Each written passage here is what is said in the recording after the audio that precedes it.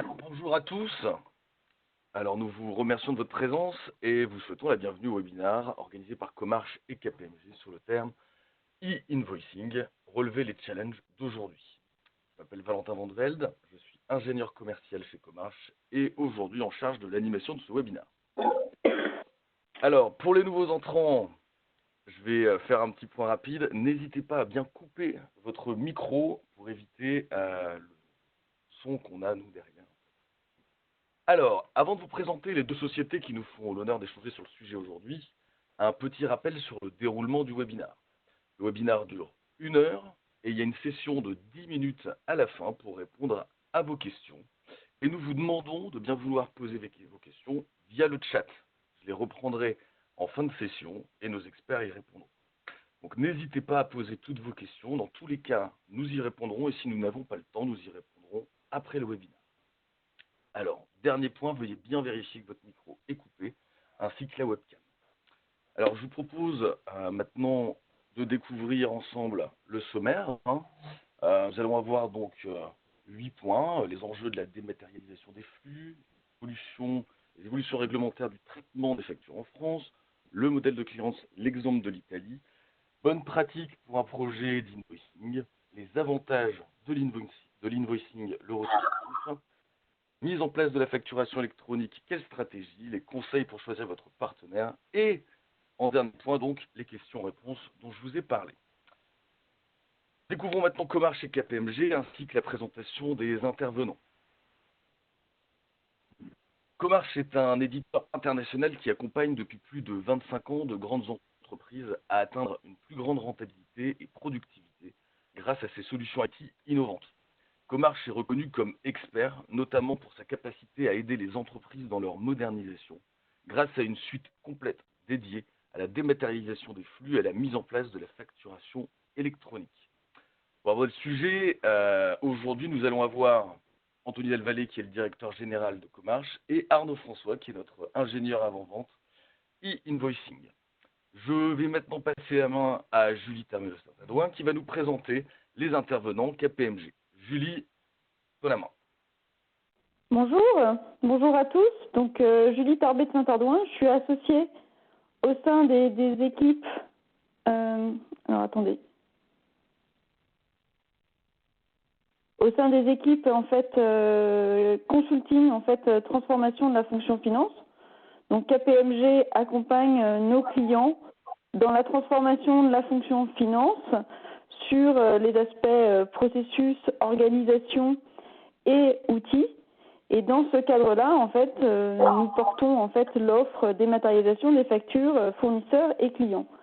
Et sur ces travaux, je travaille avec Guillaume Maillochot, donc manager au sein des équipes finance, et Géry Bachimon, manager au sein des équipes transformation technologie. Nous avons aussi des équipes de KPMG avocats qui travaillent avec nous pour nous assurer des aspects réglementaires. Donc, ce matin, nous allons vous présenter, en fait, comme le disait Anthony, les grandes évolutions réglementaires et je vais commencer par les enjeux de la dématérialisation des flux.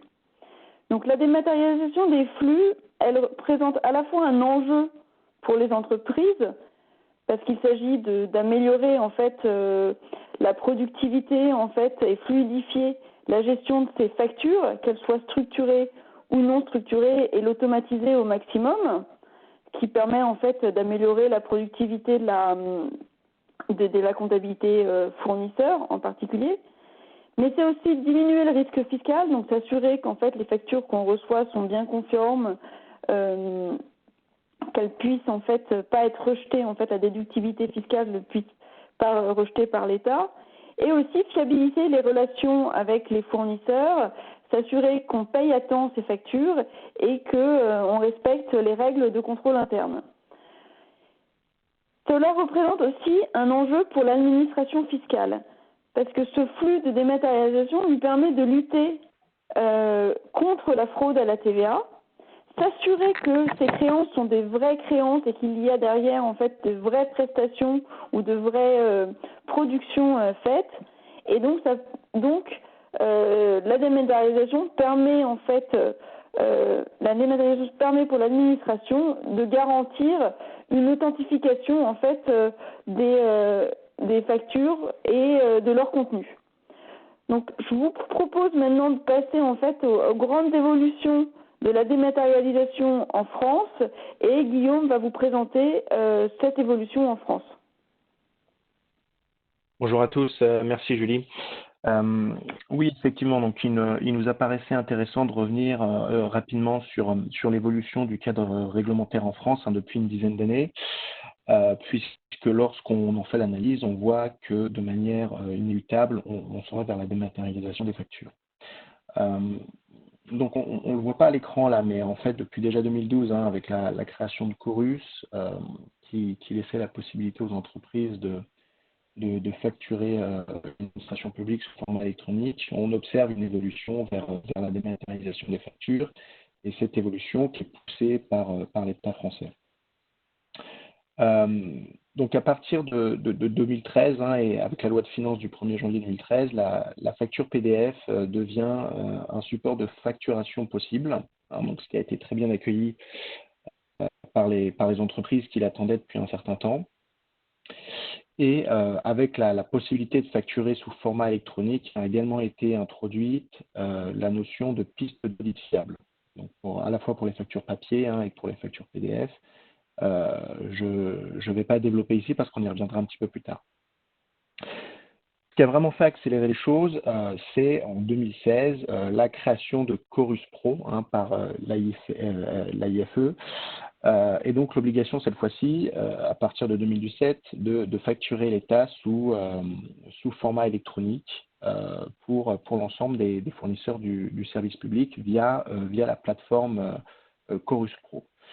Alors, quand je dis pour l'ensemble, cette obligation s'est faite de manière progressive, mais c'est faite de sorte qu'à partir du 1er janvier 2020, là, l'ensemble des entreprises qui souhaitaient vendre des biens ou services à l'État devaient passer par la plateforme Chorus Pro.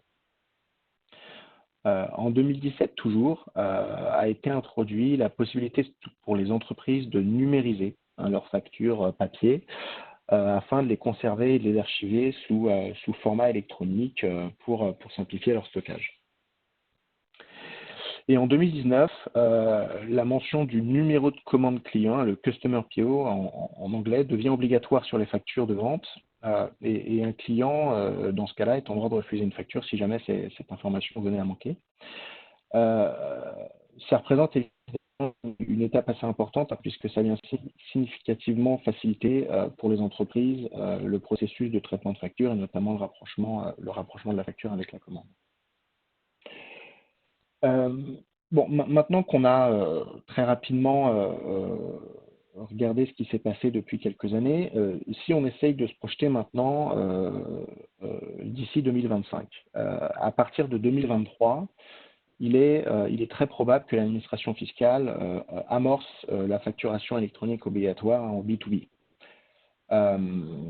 Et qu'à partir de 2025, l'ensemble des factures papier ne soit plus autorisé dans ce cas-là pour l'ensemble du secteur B2B.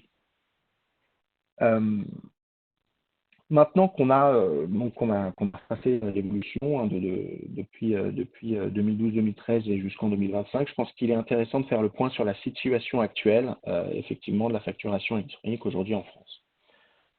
Donc depuis le 1er janvier 2013, comme je le disais, l'administration fiscale donne la possibilité aux entreprises de facturer sous format électronique. S'il y a possibilité, il n'y a pas obligation, et donc les entreprises peuvent toujours facturer au format papier. Mais que ce soit sous le format papier ou sous le format électronique, certaines conditions doivent être respectées. D'ailleurs, avant de développer ces différents critères, je rappelle quand même qu'une facture électronique, ce qu'on appelle une facture électronique, c'est une facture produite, envoyée, reçue et archivée sous format électronique sans recours à la copie papier. Par exemple, une facture qui serait imprimée puis scannée n'est pas une facture électronique, et dans ce cas-là, doit être envoyée par courrier avec l'original papier. Donc les factures, qu'elles soient papier ou électroniques, doivent répondre à 3 critères qu'on voit dans le slide. L'authenticité de l'origine, c'est-à-dire la capacité à venir retracer l'émetteur de la facture, l'intégrité du contenu, donc capacité à vérifier que l'ensemble des mentions légales sont bel et bien présentes sur la facture, et puis la visibilité de la facture. Et il y a une quatrième condition supplémentaire qui s'applique seulement aux factures électroniques. Mais pour facturer un client, il faut également que celui-ci ait donné son accord pour être facturé sous format électronique. Donc ces trois principes, authenticité, intégrité et lisibilité, ont amené l'administration à réclamer, à la fois pour les factures électroniques et les factures papier, de documenter ce qu'on appelle la piste d'audit fiable.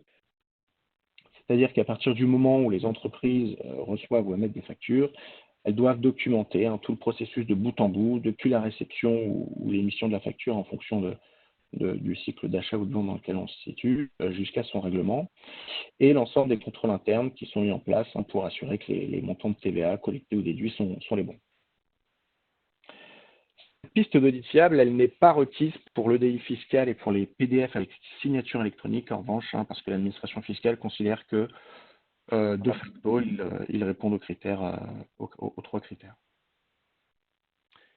Si on fait un petit zoom sur l'archivage fiscal, qui n'est pas présent sur ce slide-là, mais je pense que ça vaut quand même la peine d'en parler. Comme je le disais lorsqu'on regardait l'évolution réglementaire, depuis 2017, donc, il est possible de ne plus conserver physiquement les factures papier, et les entreprises peuvent les numériser et les conserver sous format numérique. Alors nous, ce qu'on constate chez KPMG, en revanche, c'est qu'en pratique, encore assez peu d'entreprises l'ont mis en place en interne, parce que les contraintes techniques sont assez exigeantes. Les factures doivent être conservées sous format PDF, elles doivent être horodatées, elles doivent être sécurisées et au moyen d'un des quatre dispositifs suivants, le cache serveur, l'empreinte numérique, la signature électronique ou n'importe quel autre dispositif équivalent. Et donc, dans les faits, ce qu'on constate, c'est que plusieurs de nos clients qui l'ont mis en place, en fait, l'ont mis en place via un prestataire de service. Si, maintenant qu'on a un petit peu fait le tour de la situation actuelle de la facturation électronique en France, si on passe à la slide suivante, on va pouvoir essayer de se projeter davantage vers où on se dirige.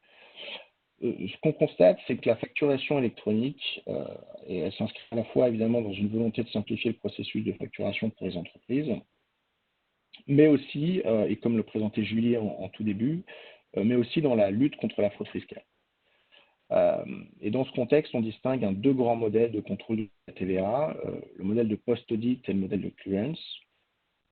Donc, le modèle de post-audit, qui est en œuvre aujourd'hui dans pratiquement la quasi-totalité des pays européens, dont la France, et s'applique à la fois aux factures papier et électroniques. Et dans ce modèle-là, c'est lors du contrôle qu'on vérifie que la facturation électronique est conforme. Donc, c'est un contrôle a posteriori. Tandis que dans le modèle de clearance, dans ce modèle-là, la facture est validée par l'administration fiscale via une plateforme spécifique avant même l'envoi au client. C'est le cas en Europe pour les transactions B2G et c'est le cas dans certains pays d'Amérique latine et c'est notamment le cas en Italie pour l'ensemble des transactions. On viendra un petit peu plus tard sur l'exemple de l'Italie. Une fois qu'on a dit ça, entre ces deux modèles, ce qu'on constate en tout cas aujourd'hui, c'est que les conditions concrètes d'application ne sont pas encore complètement définies et que le choix du modèle même entre post-audit et clearance n'est pas non plus tranché. Mais il est probable qu'on se dirige vers une solution hybride entre ces deux modèles-là, clearance et post-audit, avec notamment un e-reporting à transmettre à l'administration avec les données de facture, un petit peu sur le modèle espagnol qu'on n'aura pas le temps de développer dans cette conf-là, mais qui est intéressant à connaître. Mais en tout cas, lorsqu'on regarde la tendance générale, on comprend bien que l'objectif principal pour l'administration, c'est de lutter contre la fraude fiscale avec la facturation électronique. Alors, sur le modèle de clearance, si on prend l'exemple italien sur le slide suivant, l'Italie est un des premiers pays, en tout cas au sein de l'Union européenne, à avoir mis en place la dématérialisation obligatoire des factures. Dès 2014, elle rend progressivement obligatoire la facturation électronique B2G. Et à partir de 2019, elle devient obligatoire pour l'ensemble des secteurs, hein, B2J, B2B et même B2C. Donc, c'est-à-dire que depuis 2019, toutes les entreprises établies en Italie ont l'obligation de passer par une plateforme unique qui a été mise en place par l'État italien pour émettre des factures. C'est la plateforme SDI, hein, Sistema di Interscambio, et par laquelle l'ensemble des transactions sur le territoire national italien doivent transiter. Donc, qu'est-ce que ça veut dire? C'est-à-dire que le fournisseur doit déposer sur cette plateforme-là sa facture dans un format unique, hein, qui est le format XML Fattura PA, et qui est un format unique, qui a été imposé par le gouvernement italien. Cette facture va être validée sur la plateforme, puis envoyée au client. On est vraiment dans un modèle de clearance. L'administration fiscale italienne va contrôler et valider la facture avant même qu'elle puisse être envoyée au client. Par rapport à cet exemple italien et la mise en application du modèle de clearance qui rend obligatoire la facturation électronique, il est notamment intéressant de regarder comment les éditeurs se sont adaptés pour aider leurs clients à se mettre en conformité. Les éditeurs d'e-invoicing, dans la grande majorité des cas, se sont adaptés à la réglementation via des partenaires locaux, donc homologués par la plateforme SDI. Et c'est ce partenaire local qui va transmettre la facture à la plateforme dans le bon format, hein, XML Fattura PA, dans le cadre d'une facture client ou dans le cadre d'une facture fournisseur. Le partenaire local va aller chercher la facture sur la plateforme pour ensuite l'intégrer dans la solution d'e-invoicing du fournisseur. Si on fait un retour d'expérience sur l'Italie, on constate que le modèle tel qu'il a été appliqué est perfectible. Dans le sens où, alors certes, le format de facture a été harmonisé sous un format unique et obligatoire, mais cette obligation, elle s'est faite avant tout pour les besoins de l'administration, hein, dans la logique de lutte contre la fraude fiscale.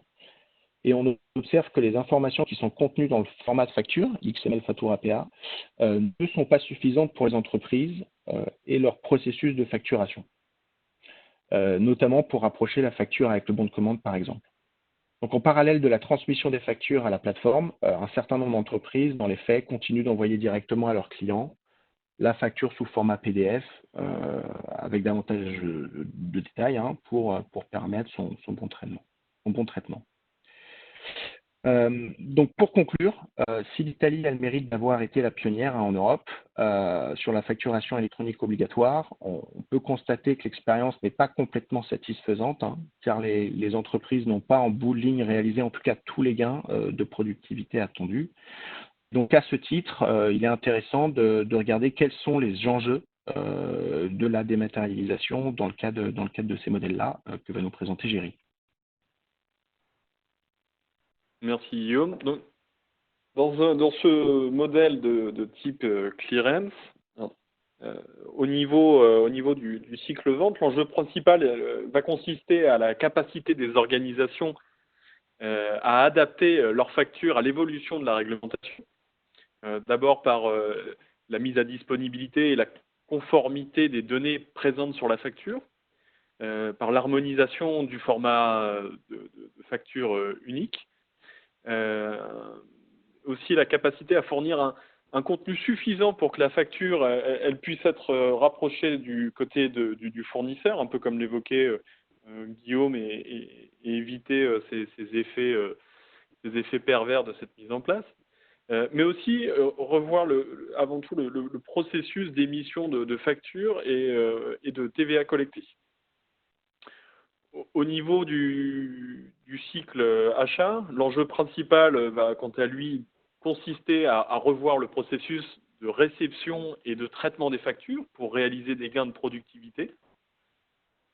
La collecte et l'intégration de ce format unique, hein, pour éviter ces processus parallèles qui vont être coûteux, et puis aussi être en mesure de traiter ce document, donc de gagner en efficacité. La capacité à intégrer des données fiables pour gérer le rapprochement avec ces commandes et ces réceptions qui sont présentes dans vos ERP. Maintenant, je vais vous parler un petit peu pour nous, KPMG, des facteurs clés de succès qu'on a identifiés sur ce type de projet,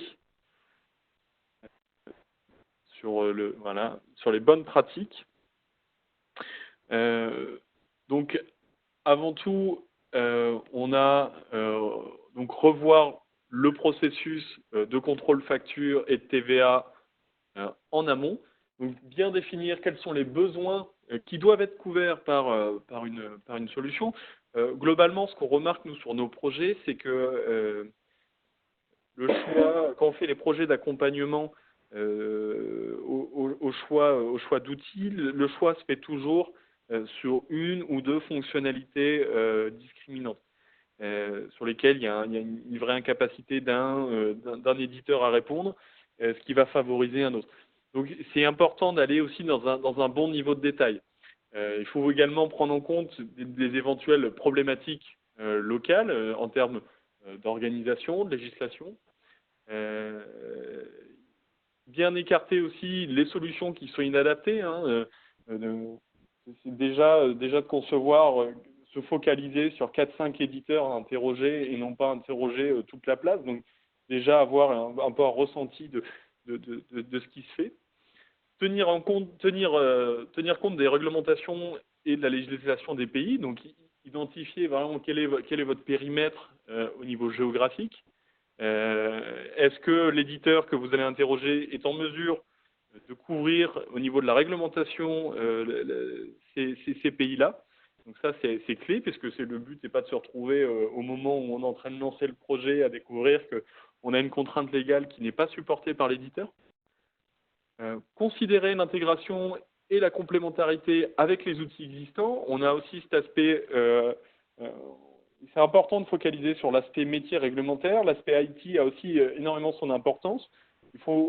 C'est pas un métier qui doit être mené uniquement par le métier ni uniquement par l'IT. C'est un projet qui doit se faire de concert pour identifier aussi les contraintes IT, les besoins techniques, aussi bien en termes de sécurité qu'en termes d'architecture. De compatibilité aussi avec les outils existants, avec ce périmètre applicatif dans lequel l'outil va devoir s'intégrer.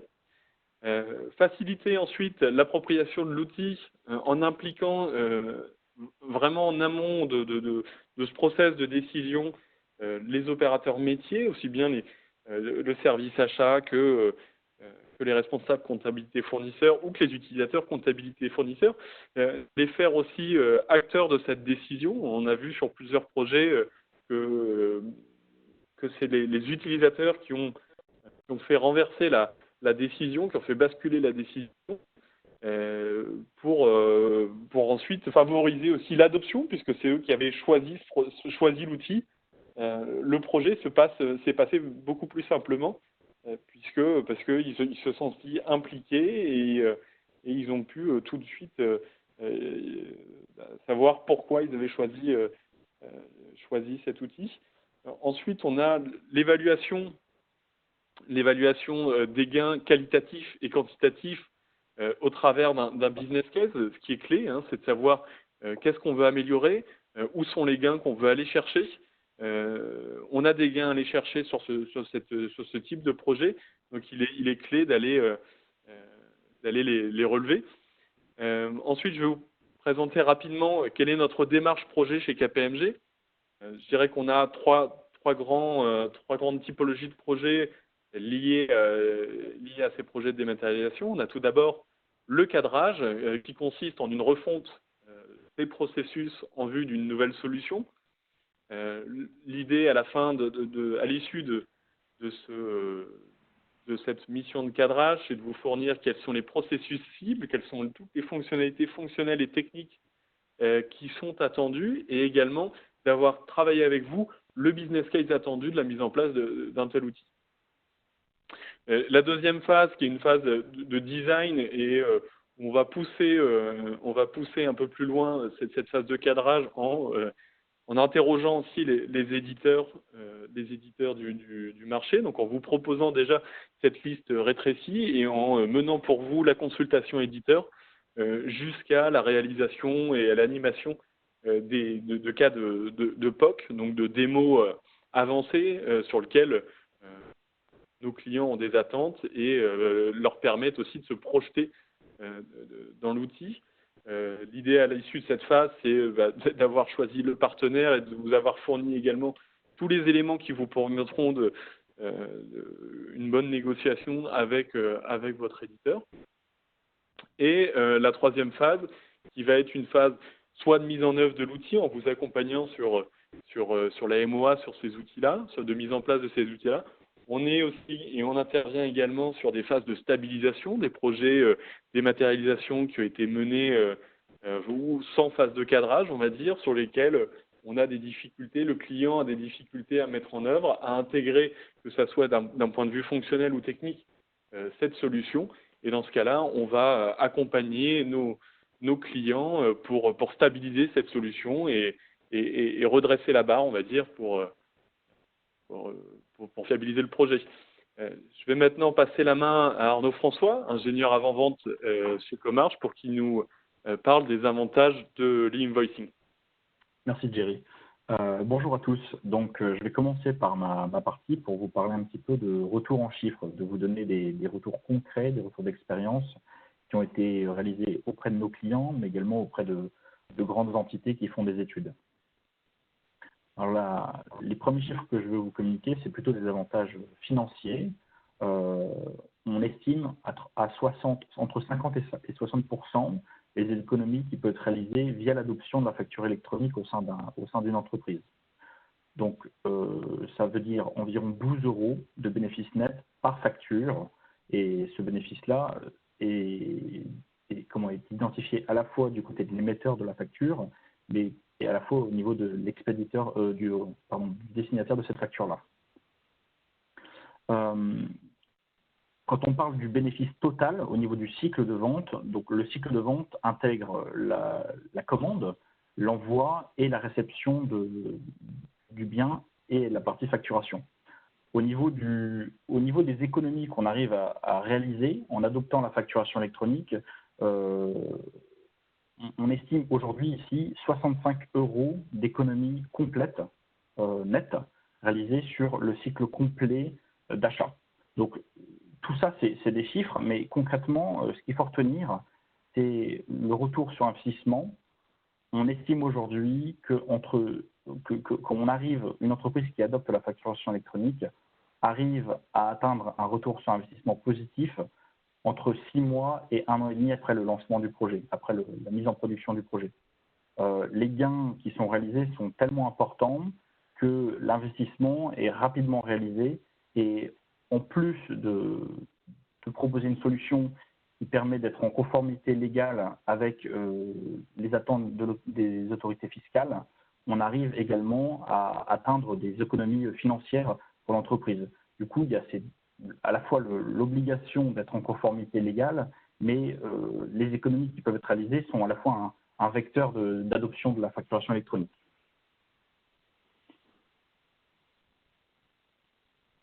En parallèle, on a réalisé, nous, une étude auprès de nos clients, et la question qui leur a été posée, c'était d'identifier et de quantifier les améliorations qui ont été constatées par les entreprises suite à l'adoption de la facturation électronique dans leurs entités. Alors, sans surprise, le premier retour qu'on a eu, c'est la réduction des coûts, à nouveau. Donc, on avait précédemment des retours de grands groupes dans le monde. Aujourd'hui, c'est vraiment des clients Comarch qui donnent ce retour-là. Et alors, on leur a demandé d'identifier les différents axes, donc en l'occurrence la réduction des coûts, et ensuite le niveau de réduction qui a été atteint. Donc en l'occurrence, là, il y a 83% des entreprises qui estiment avoir atteint des économies supérieures à 50%. Donc en fait, on est en conformité avec le chiffre qu'on avait précédemment, suite à l'adoption de la facturation électronique. Deuxième grande réponse qui a été donnée par ces entreprises, par nos clients, c'est la réduction des erreurs. Concrètement, lorsque vous échangez des factures, avant d'être digitalisé, ce processus-là est réalisé par des hommes et on est tous faillibles. Et concrètement, on peut avoir des erreurs de rapprochement ou des erreurs de transmission, des erreurs de réception. Et concrètement, toutes ces erreurs-là ont un coût, qui est à la fois un coût en temps, mais également un coût financier.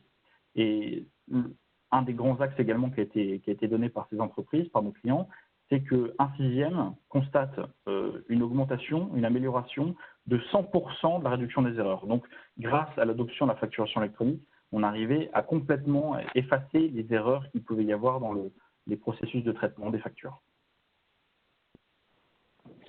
Alors après vous avoir donné quelques chiffres sur les bénéfices, je vais vous parler des stratégies pour adopter la mise en place pour mettre en place la facturation électronique. Alors la première chose à voir, c'est que on a deux types de projets. Et ces types de projets, on va les déterminer en fonction du fait que votre organisation échange ou non déjà des factures électroniques. Donc on a dans un premier temps, on a les projets d'implémentation. Les projets d'implémentation, c'est les projets pour lesquels il n'y a aucun échange qui est réalisé de manière électronique. Donc soit on est sur du papier, soit on est sur du PDF, mais concrètement, on n'a pas d'échanges qui sont réalisés de manière électronique. Et le deuxième type, c'est les projets de migration. Eux, c'est les projets pour lesquels votre entité, votre entreprise travaille déjà de manière électronique avec ses clients ou avec ses fournisseurs, mais vous avez un projet soit de remise à plat parce que ça a été fait un peu vite, ou au contraire le périmètre augmente, ou alors vous avez un projet de rationalisation des échanges au travers des multiples entités de votre groupe. Et donc ce second type de projet-là, l'objectif va être soit d'utiliser un fournisseur unique pour vous accompagner dans la mise en place de la facturation électronique, soit ça va être de remettre au carré, au propre le projet. Alors la différence maintenant entre ces deux types de projets, c'est que pour les projets d'implémentation, et tu peux passer sur la slide suivante, voilà, les projets d'implémentation, les étapes d'analyse et le cadrage, elles doivent être faites complètement à partir de zéro. Il va falloir vraiment réfléchir à ce qui doit être fait, comment est-ce qu'on va vouloir le faire, dans quel ordre, et la connexion avec les partenaires commerciaux, les clients, les fournisseurs, ça peut être des clients B2B, ça peut être le gouvernement, est vraiment une étape importante et clé du projet, parce que sans la connexion de ces partenaires commerciaux, en fait, vous allez envoyer des factures électroniques, mais il n'y a personne qui sera là pour les recevoir. Et le deuxième type de projet, le projet de migration, là, entre guillemets, on a la chance que les premières étapes du cadrage du projet, elles sont déjà réalisées. Et il est donc plus aisé d'identifier des axes d'amélioration parce que, en général, vous êtes capable de dire, voilà, aujourd'hui, ça marche, ça fonctionne. Par contre, il y a ces deux éléments-là qui ne fonctionnent pas, qui sont améliorés. Au contraire, on aimerait rajouter ça au périmètre. Et donc, sur la partie cadrage, ça va en général un peu plus vite. On a également la possibilité de reprendre un existant. Ça veut dire que le format des messages, la manière d'échanger des documents, des factures avec vos partenaires, elle est déjà cadrée, elle est déjà en place peut-être. Et donc, on est capable de reprendre ce format-là. Et en termes de décision, ça va également un peu plus vite. Dans tous les cas, que ce soit un projet d'implémentation, un projet de migration, la communication avec vos partenaires commerciaux est vraiment impérative. Vous avez beau sélectionner un partenaire, un fournisseur qui va vous accompagner dans la mise en place de la facturation électronique, si on n'est pas capable de bien communiquer pour implémenter ce projet-là, on va dans le mur. Donc c'est vraiment important à la fois de communiquer, mais surtout de bien communiquer, de bien échanger, de prendre le temps de cadrer le projet en amont pour être sûr que tout soit bien défini, qu'il y ait le moins de surprises possible en cours de projet. Alors les projets de migration sont forcément un peu plus rapides parce que les partenaires commerciaux savent ce qui est attendu d'eux. Et il est également possible, pour nous comme pour vous, d'aller plus loin techniquement et plus vite. Par contre, les projets d'implémentation nécessitent un peu plus d'accompagnement. Et alors, ça ne veut pas dire que c'est moins bien ou qu'au contraire, c'est plus difficile. C'est vraiment deux types de projets. Et l'accompagnement qui va être proposé, qu'on va réaliser auprès de les entreprises qui réalisent un projet d'implémentation, va être différemment réalisé pour que le cadrage, il y ait vraiment une grosse insistance qui soit faite sur le cadrage pour justement détecter tous les aspects du projet. Et par rapport à la population, aux partenaires commerciaux qui sont à connecter, avec qui vous allez travailler dans le cadre de ce projet-là, on va en général le découper par lot ou par population pour réaliser justement une approche découpée en plusieurs étapes. Et en l'occurrence, comme marche votre fournisseur Invoicing EDI, saura vous accompagner dans toutes les étapes de ce projet-là pour un déploiement réussi. Et donc, c'est à ça qu'on sert concrètement, d'apporter cette sécurité, ce cadrage, cette maîtrise pour que le projet se passe de la meilleure manière possible. Alors, après avoir vu les types de projets, on va parler des stratégies pour le déploiement du projet.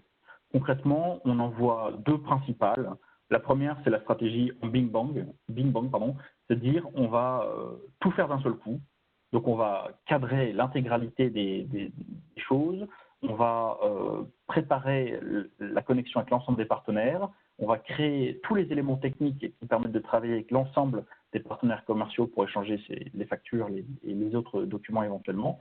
Et le jour J, on va éteindre ou arrêter l'ancienne solution et on va migrer vers la nouvelle solution. La seconde approche, c'est l'approche par itération, par vague.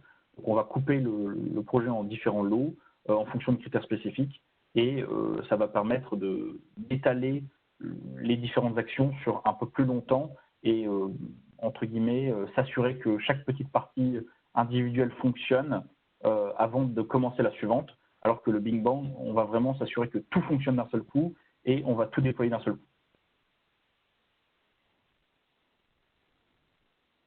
Alors, la stratégie Big Bang, elle a ses avantages. L'approche, c'est de réaliser l'intégralité des choses en amont et de tout déployer en un seul déploiement. La stratégie, elle permet d'éviter d'avoir une cohabitation entre deux solutions techniques.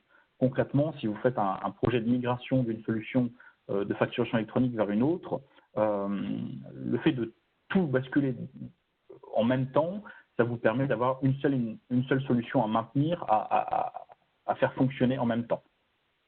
Par contre, elle est réservée plutôt aux projets de taille modeste parce que le fait de l'étaler sur un peu plus longtemps, ça va permettre de passer un peu plus de temps sur le cadrage, l'analyse, le détail, le développement. Et donc concrètement, quand vous avez un projet qui est vraiment important en termes de périmètre technique, c'est préférable plutôt de l'étaler sur un peu plus de temps.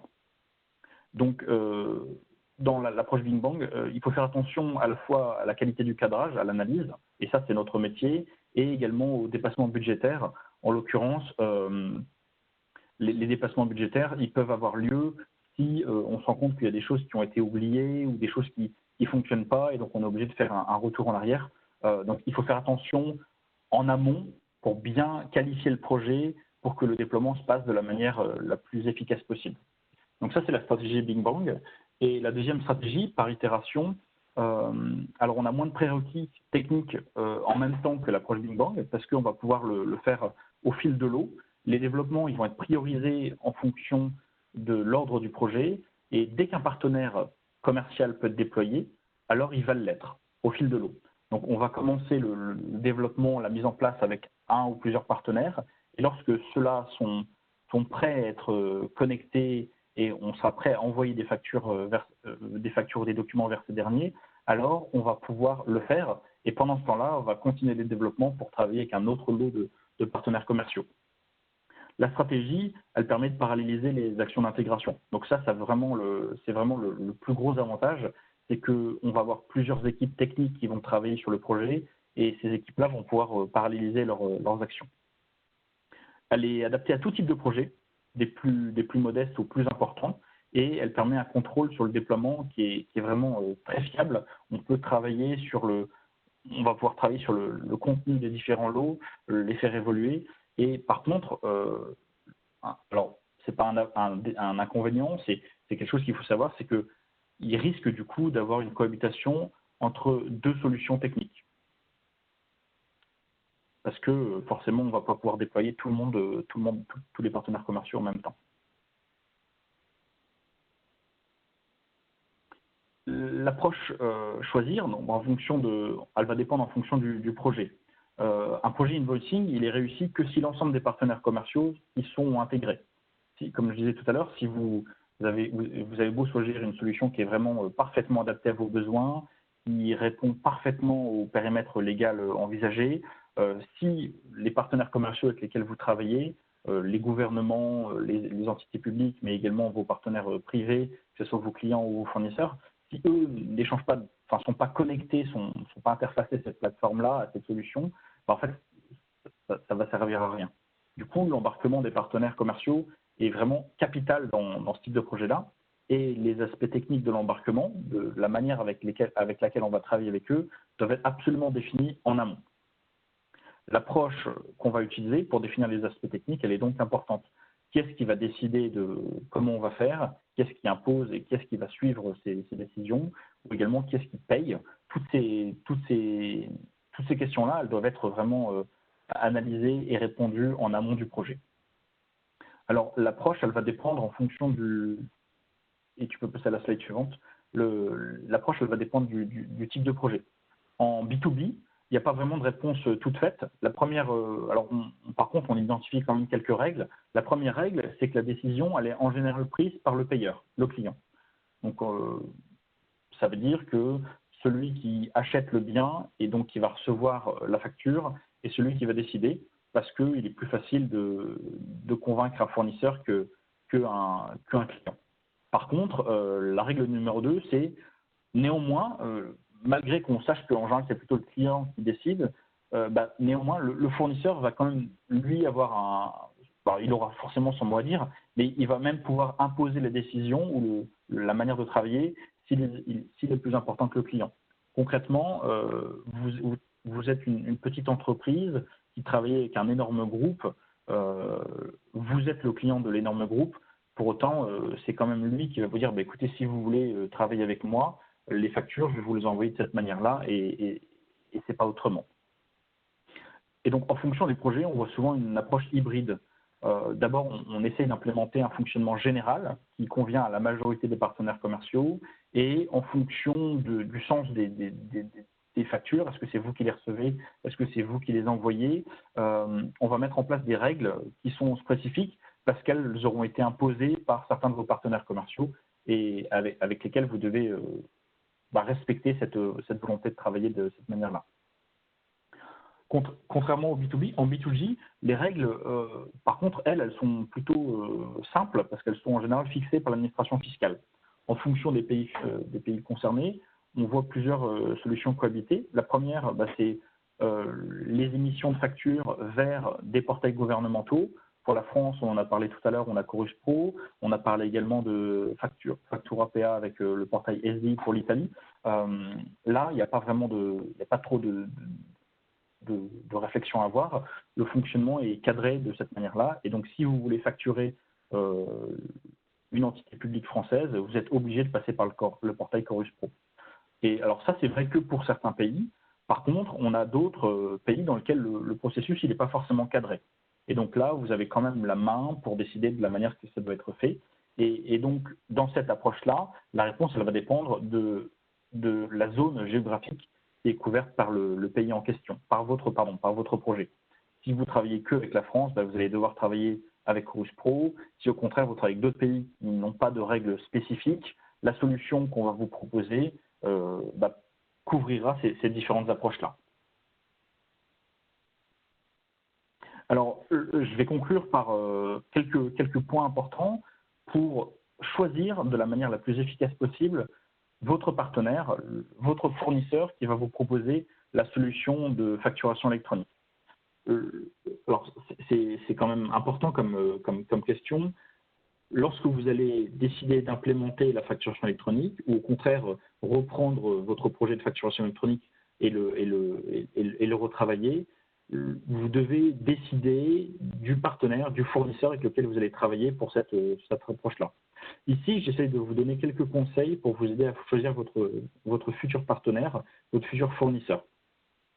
Alors d'abord, vous devez sélectionner un fournisseur qui saura vous accompagner sur l'ensemble du projet.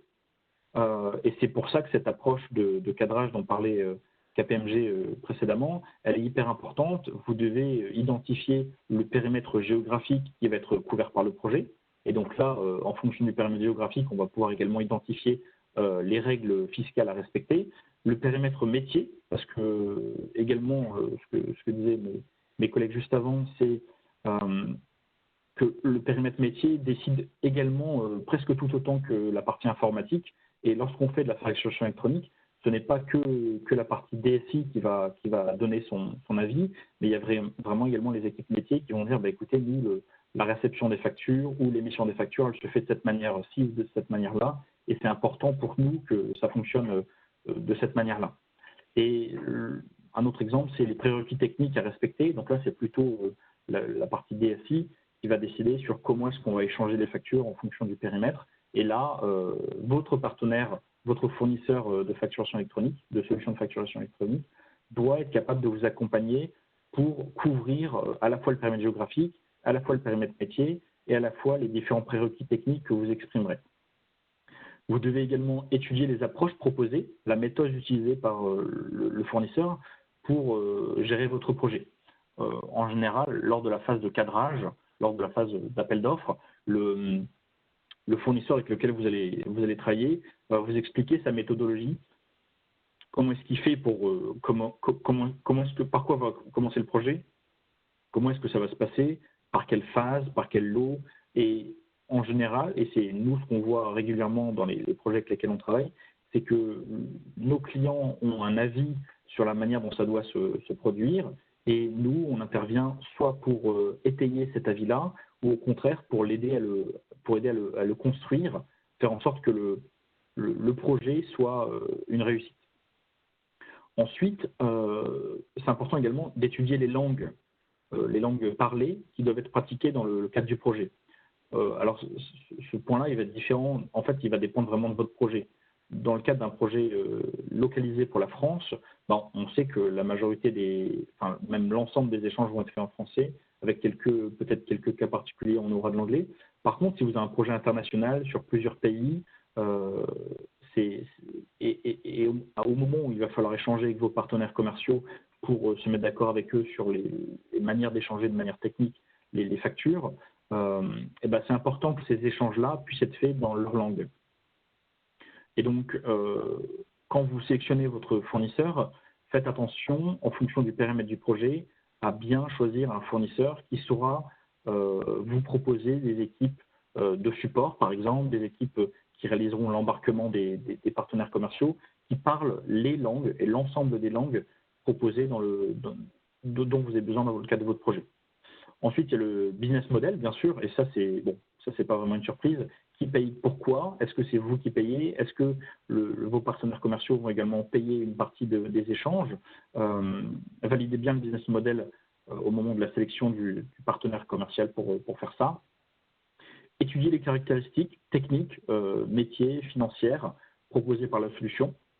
Validez, et là ça rebondit vraiment sur ce que disaient mes collègues juste avant, valider que le périmètre légal est intégralement couvert dans le cadre de la solution qui vous est proposée. Est-ce que la solution fait de l'archivage? Est-ce qu'elle fait de la dématérialisation fiscale complète? Est-ce qu'elle couvre les besoins français et ou ceux d'autres pays? Validez bien ça. Et la dernière chose, c'est penser à la suite. Une fois que alors vous avez identifié un périmètre, vous l'avez éventuellement lotifié avec un premier lot et des lots suivants, pensez à ce qui se passera après. Est-ce que vous pensez racheter une ou plusieurs entités et donc il faudra penser à intégrer ces entités-là? Est-ce que vous allez également couvrir les besoins en facturation électronique d'autres entités du groupe qui ne sont pas forcément dans le même pays? Est-ce que vous prévoyez une expansion? Est-ce que vous prévoyez également d'échanger, au-delà d'échanger que des factures de manière électronique, est-ce que vous prévoyez également d'échanger des commandes, de la réception et l'émission de commandes, des bons de livraison, d'autres types de messages?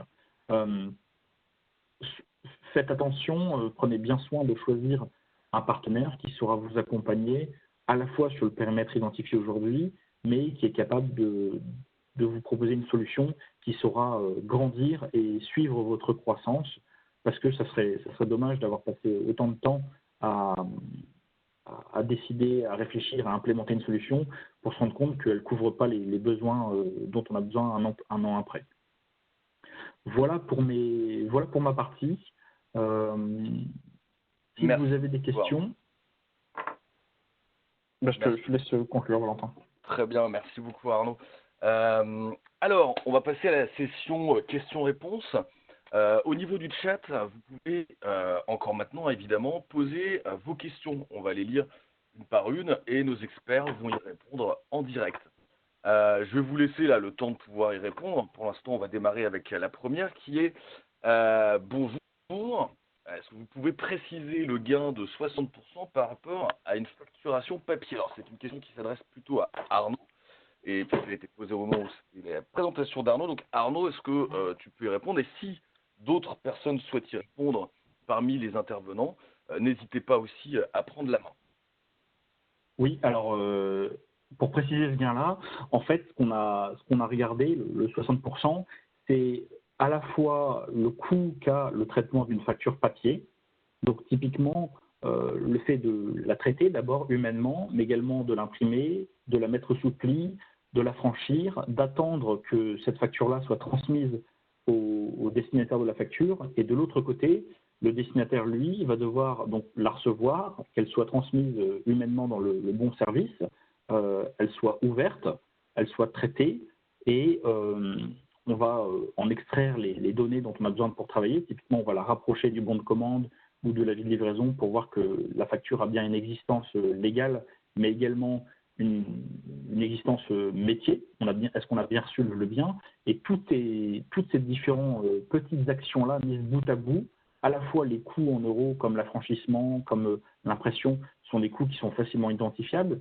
mais autant le temps qui va être passé par les différents collaborateurs de l'entreprise émettrice ou de l'entreprise destinataire de la facture, pour identifier le gain, c'est comme ça qu'on a fait. On a pris le taux horaire du traitement du document, de la facture, on a pris les coûts unitaires de l'affranchissement, de l'impression, on a pris le coût humain du traitement d'une erreur, par exemple, la facture ne doit pas être traitée ou il y a une erreur dans le contenu, et tous ces éléments-là ont été utilisés pour calculer le retour sur investissement par rapport à l'implémentation de la facture électronique. Merci Arnaud. Merci messieurs, c'est plus clair. Merci beaucoup. Alors, on a une autre question qui s'adresse un peu, j'allais dire aussi bien quand chez KPMG. Quand vous parlez de solutions pour des projets, vous parlez de développement de logiciels sur mesure ou tout simplement de création de flux? Et quel logiciel conforme à l'État français existe pour le B2B, pour l'invoicing?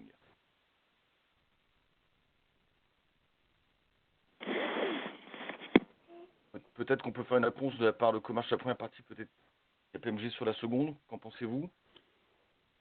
On peut faire comme ça. Donc, quand on parle de solution pour un projet, alors en particulier un projet d'implémentation de la facturation électronique, il y a certaines choses sur lesquelles vous allez avoir le choix.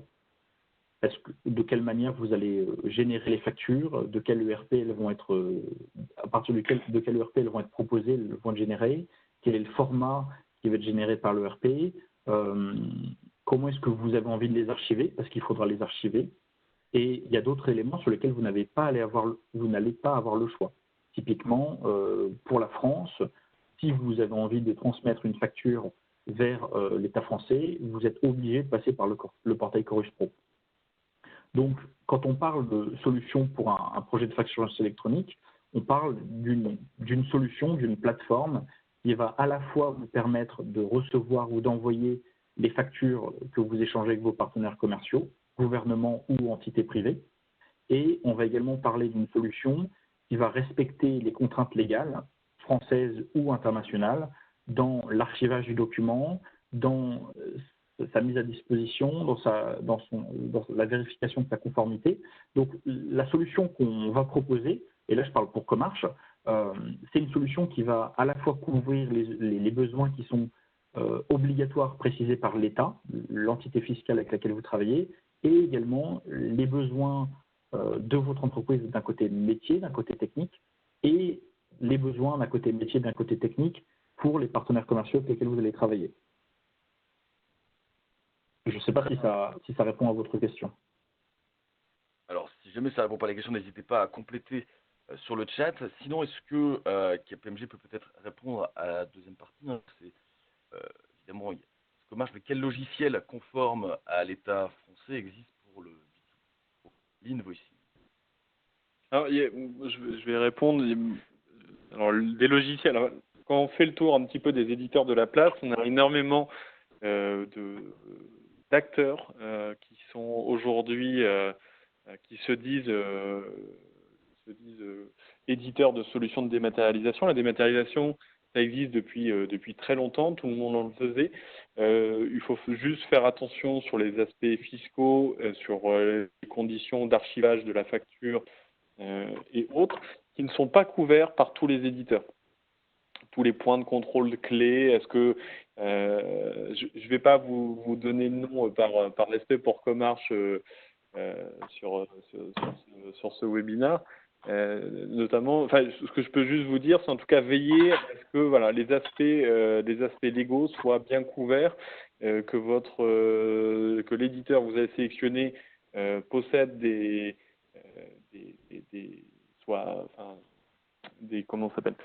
normes, respecte un certain nombre de normes et obtenu certaines accréditations qui permettent de garantir l'archivage de vos factures. Très bien, merci beaucoup Géry. On a une dernière question. Bonjour, en tant que client, une des difficultés dans l'acceptation des factures électroniques est que chaque fournisseur a sa propre plateforme.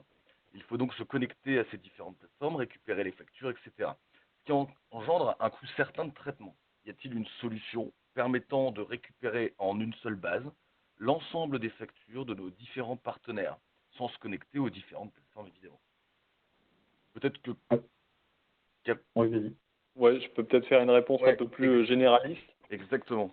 On a certains éditeurs qui proposent des solutions de Robotic Process Automation, donc ce qu'on appelle du RPA, qui permettent d'aller se connecter à ce type de plateforme pour aller récupérer cette facture. Ça, c'est l'aspect technique de cette réponse. L'autre aspect, pour moi, c'est aussi au niveau de la relation partenaire avec les achats. C'est aussi au service achat de travailler avec vos fournisseurs et c'est aussi par le biais de l'outil que vous allez mettre en place, s'assurer que votre outil soit multicanal, soit en mesure de recevoir une facture aussi bien en PDF qu'en EDI et autres, pour pouvoir permettre à votre service achat de travailler sur le mode d'envoi de la facture.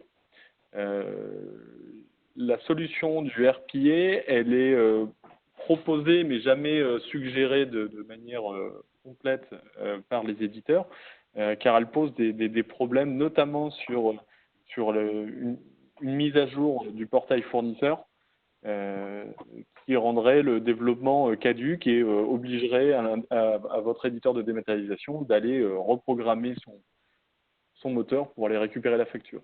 Donc oui, il y a des solutions qui existent d'un point de vue technique. Il faut aussi voir d'un point de vue métier comment on peut travailler au mieux pour recevoir ces factures et surtout proposer une large possibilité à vos fournisseurs pour envoyer leurs factures plus simplement. Je me permets également de compléter Comarch ici.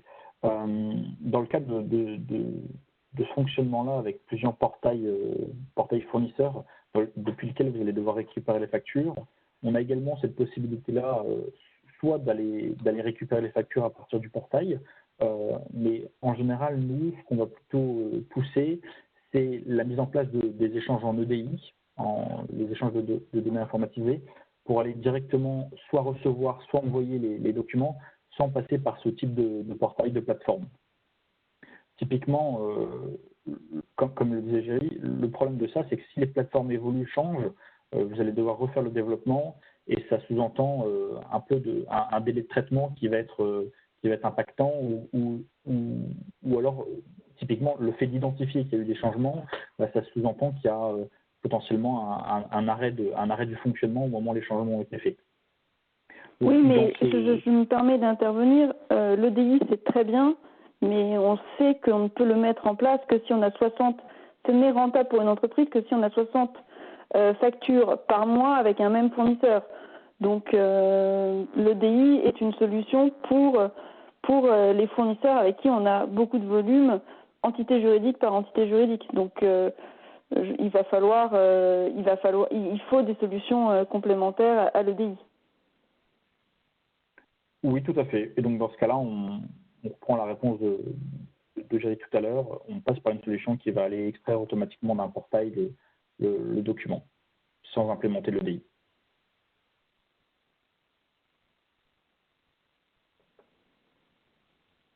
Merci beaucoup pour la réponse. On a une dernière question, ce sera la dernière question. Ensuite, vous pourrez toujours contacter nos experts. La question est donc, est-il compliqué pour les éditeurs de dématérialisation B2B de recevoir la certification d'État? En fait, c'est une certification fiscale que vous allez recevoir. Donc, en général, les éditeurs font appel à des cabinets fiscaux qui vont vérifier que l'éditeur est conforme à la législation fiscale du pays. C'est-à-dire les grands éditeurs, en général, les grands cabinets fiscaux français vont donner des certifications aux différents éditeurs qui travaillent sur le territoire national. Très bien, merci beaucoup Julie pour la réponse. C'était la dernière peux- question. Oui, quelqu'un veut Je vais compléter, juste, pardon. ouais, je vais juste compléter sur d'autres normes. Par exemple, sur l'archivage, il faut vous assurer au minimum que votre éditeur de démat respecte la norme NF Z42013 ou 020, qui sont des normes d'archivage électronique et de coffre-fort électronique. Très bien, merci Géry. Peut-être mettre le nom de la norme dans le chat par la suite, hein, pour que les gens aient accès. Il n'y a plus de questions. Par contre, les experts sont à votre disposition si, dans le futur, vous avez des questions complémentaires. Donc, il ne faut pas hésiter à les contacter directement. Dans tous les cas, vous allez recevoir le support de présentation par email après la fin du webinaire. Donc, vous avez toutes les coordonnées pour pouvoir les contacter en direct. Nous vous remercions évidemment tous d'avoir participé et on espère qu'on a bien répondu à vos attentes et à vos questions. On vous souhaite une excellente journée et un bon confinement. Au revoir à tous.